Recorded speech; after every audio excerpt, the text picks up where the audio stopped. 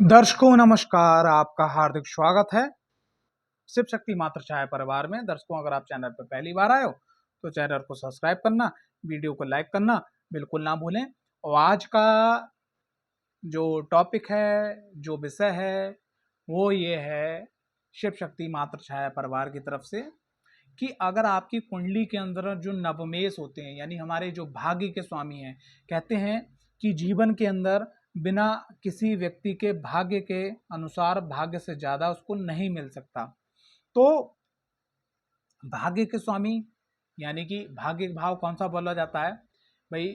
कुंडली के अंदर देखिए, 1 2 3 4 5 6 7 8 9, यानी कि जो आपके लगन से नमा भाव गिनने में आए, नमी गिनती आए, तो वो हम आपके भाग्येश होते हैं। अब भाग्येश आपकी कुंडली के अंदर कहाँ बैठे हुए हैं, तो वहां से जो रिजल्ट से देखा जाता है उस विषय पे आज चर्चा करेंगे। लेकिन आपसे सबने निवेदन इस प्रकार है, चैनल को अगर अभी तक आपने सब्सक्राइब नहीं किया है तो चैनल को सब्सक्राइब करना, वीडियो को लाइक करना बिल्कुल ना भूलें। ठीक।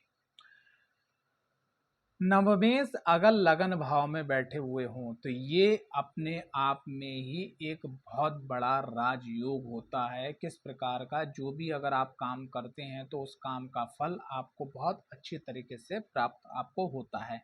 वह शर्तें क्या है कि अगर नवम भाव के स्वामी अगर लगन में बैठे हैं, तो अगर उसके संग संग अगर पंचम भाव की और लाभ भाव के स्वामी की अगर स्थिति अच्छी है तो बहुत ही सुपर रिजल्ट आपको प्राप्त यहाँ पर होता है। जीवन के सभी प्रकार के सुख भी आपको प्राप्त हो जाते हैं।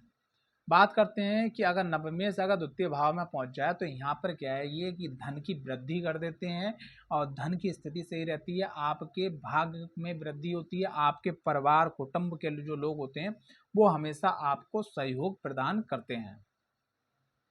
नवमेष अगर पराक्रम भाव में पहुंच जाए तो ये आपका थोड़ा सा ये हो जाता है कि भाई कोई भी ग्रह है उसके पास सप्तम दृष्टि सबके पास है। तो यहाँ पर क्या है, नवमेष जब पहुंच जाते हैं पराक्रम भाव में तो ये भाग्येश का कहने का मतलब ये हो जाता है कि आप मेहनत करो, भाग्य आपका चमक जाएगा। आप मेहनत करो, भाग्य आपका चमक जाएगा। खास करके ऐसा देखा गया, ऐसे लोगों की जो भाग्योदय होता है लगभग 33 से लेके और 38 के बीच में भाग्योदय हो जाता है। क्योंकि जब तक हम अपनी जीवन की एक अच्छी मेहनत कर चुके होते हैं, एक अच्छे मेहनत का समय दे चुके होते हैं, तो उससे हमारा भाग्येश एक्टिवेट होकर पराक्रम भाव में और दृष्टि डाल के भाग्य को हमारी जगह देता है। और यहाँ पर बस एक चीज का विशेष ध्यान रखना चाहिए कि अगर आपके भाग्येश पराक्रम भाव में है तो खास करके छोटे भाई बहनों को आपके तरफ से कोई तकलीफ नहीं होना चाहिए। नवमेष अगर चतुर्थ भाव में बैठे हुए हैं तो ऐसे में क्या करना चाहिए, नवमेष अगर चतुर्थ भाव में बैठे हुए हों तो ये अपने आप में बहुत बड़ा योग बन जाता है, क्योंकि नवमेष आपके भाग्य के स्वामी और ये सुखेश वाला भाव हो गया, यानी कि वाहन भूमि भवन जीवन में जो सुख मिलेगा, वो माँ का जो सुख मिलेगा वो यहाँ से आपको प्राप्त हो रहा है। तो उसमें जाके नवमेष बैठ जाते हैं वह और भाव आपके इस सुख भाव को भी बढ़ा देते हैं और भाग्य भाव को बढ़ा देते हैं। ये अपने आप में सर्वोत्तम योग होता है। ठीक है। बासर्ते क्या है कि चतुर्थ भाव का स्वामी अच्छे भाव में बैठा हो। ठीक। नवमेष अगर पंचम भाव में बैठ जाए तो ये बहुत ही सर्वोत्तम योग होता है। आपकी विद्या ज्ञान और आपका जो रिसर्च होता है, आपके जो प्रमोशंस होते हैं, जो आपकी लव लाइफ होती है, उसकी जो योजना होती है, जीवन में जो एक दृढ़ता होती है, एक सिस्टम होता है, उसको फॉलो करने वाले आप होते हैं। और यही कारण के कारण आप अपने कम समय में भी अपने संघ के लोगों से ज्यादा आप जो है जिस भी सेक्टर में काम करते हो ऊंचाइयों को हासिल कर लेते हैं। नवमेष अगर छठे भाव में पहुंच जाए तो यहाँ पर एक बात, ये भाई ये भाव काय का है, हमारा रोग का, ऋण का, शत्रु का, कंपटीशन का और अज्ञात भय का, बहुत सारी नकारात्मक ऊर्जा का भाव है, संग संग कॉम्पिटिशन का भाव है। तो जब वो नवमेष एक अशुभ भाव का स्वामी आपका जो भाग्य सागर जब छठे भाव में जाता है तो यहाँ पर क्या है, वो अपनी एनर्जी लगा देता है, यानी अपनी ऊर्जा लगा देता है। और ये जो मैंने आपको बताया, रोग है, ऋण है, शत्रु है और जो फालतू के जो दिक्कतें परेशानी है, तो वहाँ पर जो है वो अपनी एनर्जी को जब खत्म करता है तो आपका भाग्य कमजोर हो जाता है। लेकिन यहाँ की जो दिक्कतें हैं वो काफी हद तक कंट्रोल में आ जाती हैं। संग संग क्या है कि नवमेष यहाँ बैठने के बाद 12वें भाव पर भी दृष्टि डालता है तो फालतू के खर्चे भी रोक देता है, लेकिन आपका भाग्य जो है बहुत कमजोर हो जाता है। नवमेश अगर आ जाएं आपके सप्तम भाव में तो क्या बात है। तो ऐसे में तो आपका जी, और कहीं अगर सप्तम भाव का स्वामी लाभ भाव में पहुंच जाए, चतुर्थ भाव में पहुंच जाए, द्वितीय भाव में पहुंच जाए, लगन में हो जाए, पंचम में हो जाए, तो ये बहुत ही सर्वोत्तम योग हो जाता है। तो यहाँ पर जो है आपको रिजल्ट्स बहुत अच्छे प्राप्त होते हैं। आपके जीवन साथी, आपके पार्टनर जो है वो जो है आपको भाग्यशाली समझने लगते हैं। ठीक है, और जब सामने वाला व्यक्ति, कहते हैं एक कहावत है कि अगर आप जिससे प्यार करते हो वो आपसे शादी करे तो वो हो सकता है कि बहुत अच्छा ना चल पाए। लेकिन अगर कोई व्यक्ति आप जिससे शादी करो वो आपको आपसे ज्यादा चाहा तो वो रिश्ता लंबा चलता है। ठीक है, तो कहने का तात्पर्य यहाँ पर क्या है कि जो आपके पार्टनर्स होते हैं, ठीक है, जो आपके जीवन साथी होते हैं, वो खास करके आपको, भले ही आपके सामने थोड़ा टेढ़ा मेढ़ा बोले, भले ही आपके संग, लेकिन उनके अंदर दिली मोहब्बत आपके प्रति काफी रहती है। नवमेश अगर अष्टम अष्टम भाव में पहुंच जाए तो भैया ये अपने आप में बहुत अच्छा योग नहीं माना गया है। लेकिन नवम भाव को धर्म का भाव भी देखा गया है और अष्टम भाव को गूढ़ रहस्यों का देखा गया है। अगर ऐसे में कहीं अगर पंचम भाव की भी स्थिति सही है और संग में कुंडली के अंदर गुरु की जो स्थिति है वो भी मजबूत है, ठीक है, और आप एक ऐसे परिवार में पैदा हुए हो जहां आपको अच्छे संस्कार और गुरु का मान सम्मान दिया गया है, तो यकीन मानिएगा कि ये जो जोड़ी है, नवम भाव का अष्टम भाव में जाना यानी रिसर्च के भाव में जाना है और धर्म को, तो ऐसे लोग बहुत अच्छे वक्ता, बहुत अच्छे धर्म गुरु, बहुत अच्छे साइंटिस्ट और बहुत ही अच्छे जो है स्पिरिचुअल गुरु जिसको बोलते हैं, जैसे कोई सत्संग वाला कोई गुरु जी होते हैं जो अच्छा मार्गदर्शन देते हैं, या कुछ ऐसा ऐसा ही भी देखा गया है। लेकिन बात शर्त क्या है, इस कंडीशन को थोड़ा सा सही करना होगा। कि ऐसी कंडीशन में आपको ये बोल सकता हूँ कि कोयले के खदान के अंदर से हीरा निकालने के बराबर होता है। अगर आपने खदान को सही निकाल लिया तो हीरा आपका डायमंड जरूर चमकेगा ही चमकेगा। नवम भाव का स्वामी अगर नवम भाव में बैठना तो यहाँ तो कुछ कहने ही नहीं है साहब, जीवन के अंदर बहुत कुछ सब कुछ प्राप्त हो सकता है। बस आप अपने एक अच्छे गुरु के माध्यम से, जो नवम भाव में संख्या आ रही है, राशि आ रही है, उसके जो आराध्य देव हैं, उन आराध्य की अगर आप नित्य आराधना करना शुरू कर दो तो जीवन के अंदर, कुंडली के अंदर कोई भी दुर्योग है वो अपने आप धीरे धीरे खत्म होता चला जाएगा। बशर्ते जो आपको दीक्षा में गुरु ने मंत्र दिया है या गुरु मंत्र बताया है उसके आप पुष्प चरण पूरे करते चले जाओ। ठीक है, अब बात करते हैं दसम भाव के अंदर अगर नवमेश आ जाए तो ये बहुत बढ़िया, काम क्षेत्र के लिए और घर परिवार के लिए, सबके लिए बहुत बढ़िया है, सर्वोत्तम है। बस यहाँ पर आलस आपने नहीं करना। नवम भाव का लाभ भाव में पहुंचना, क्या बात है, सर्वोत्तम, अति उत्तम, पूरी कुंडली के अंदर सबसे सर्वोत्तम स्थान माना गया है कि अगर भाग्य भाव का स्वामी लाभ भाव में पहुंच जाए तो सभी मनोकामना आपकी होनी होना है पूरी, इसमें कोई दो राय नहीं है। वासरते क्या है कि आप अपने जीवन के अंदर थोड़े आपको आध्यात्मिक होना होगा, वो मजबूर लोगों की मदद करनी होगी और अपना काम सिस्टम के अनुसार करना होगा। भाग्य के भरोसे नहीं बैठना होगा। भाग्य आपका पूरा साथ देगा, लेकिन तब भी मैं बोल रहा हूँ भाग्य के भरोसे नहीं बैठना होगा, आपको कर्म करना होगा। क्यों? क्योंकि ये भाग्य के स्वामी लाभ में बैठ गए, यानी भाग्य और स्वामी के, भाग्य और लाभ के बीच में कर्म है। जैसे ही आप भाग्य और लाभ के बीच की जो ऐसी कड़ी है, इसको जैसे ही आप प्लस जोड़ोगे तो यकीन मानेगा ये तीन घर आपको सब कुछ दे देंगे।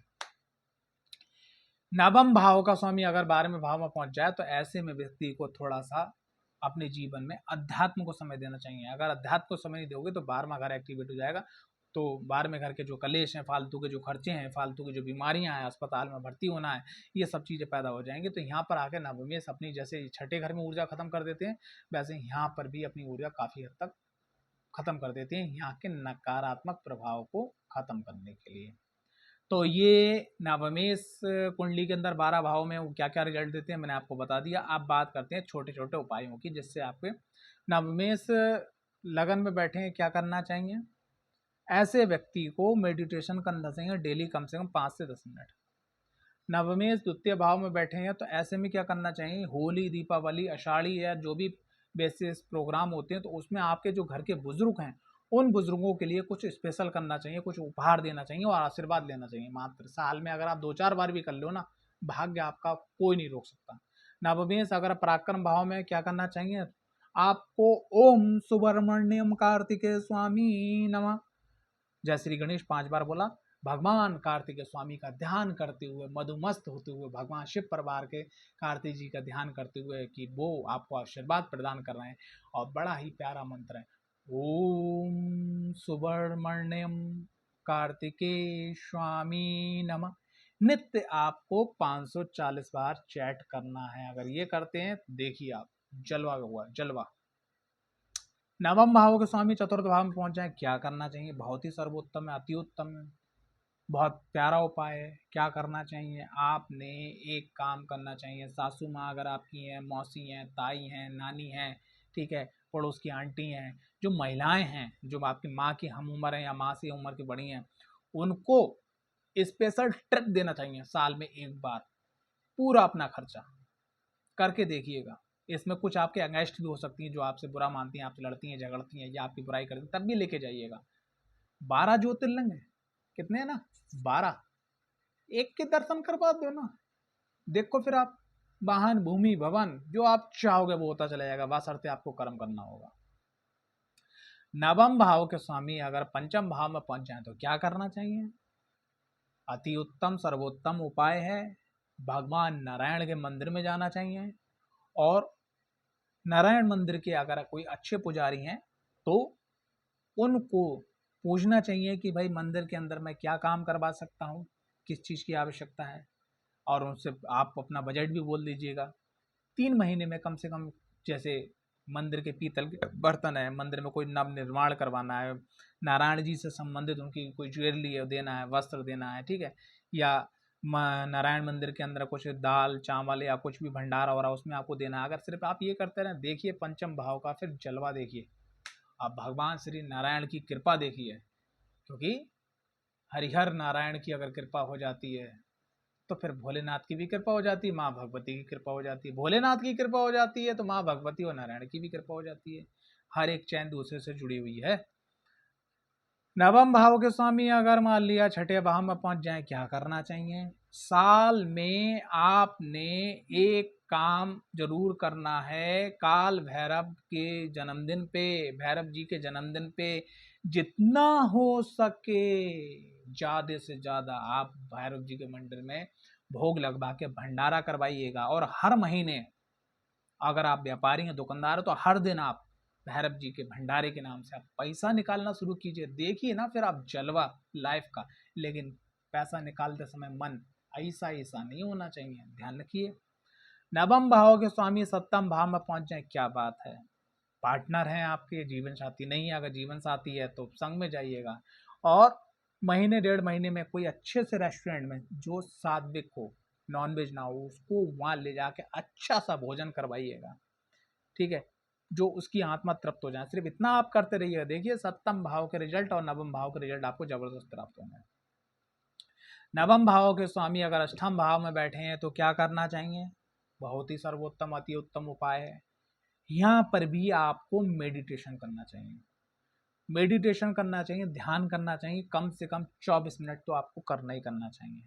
नवम भाव के स्वामी नवम भाव में बैठे हैं तो क्या करना चाहिए? आपके आसपास अगर माँ भगवती की कहीं झंडी जाती है तो कोशिश ये करिएगा कि उस झंडी का खर्चा आप ज़्यादा से ज़्यादा हो सके तो पूरा ही खर्चा आप वहन कीजिएगा, फिर देखिए जलवा माँ भगवती के आशीर्वाद से। नवम भाव के स्वामी अगर दसम भाव में बैठे हैं तो आपको क्या करना चाहिए? भाई आपके कार्य क्षेत्र के जो लोग हैं उनको उनकी डेट ऑफ बर्थ, उनका जन्मदिन, उनकी मैरिज एनिवर्सरी, उनके बच्चों का जन्मदिन डायरी में मेंटेन करे रखिएगा। जब भी आप ऑफिस के अंदर अगले दिन जाएं तो जैसे 15 तारीख को कल आपको जाना है तो 14 तारीख को, 13 तारीख को, वो 15 तारीख की डेटें देख लीजिएगा कि कौन आपके ऑफिस का कलीग है, मित्र है, बॉस है, एम्प्लॉय है, कोई भी है, उसको आप यथासंभव गिफ्ट दीजिएगा, सम्मान कीजिएगा। देखिएगा फिर जलवा कटेगा आपका, ऑफिस में भी, घर में भी, जॉब में भी और भाग्य में भी।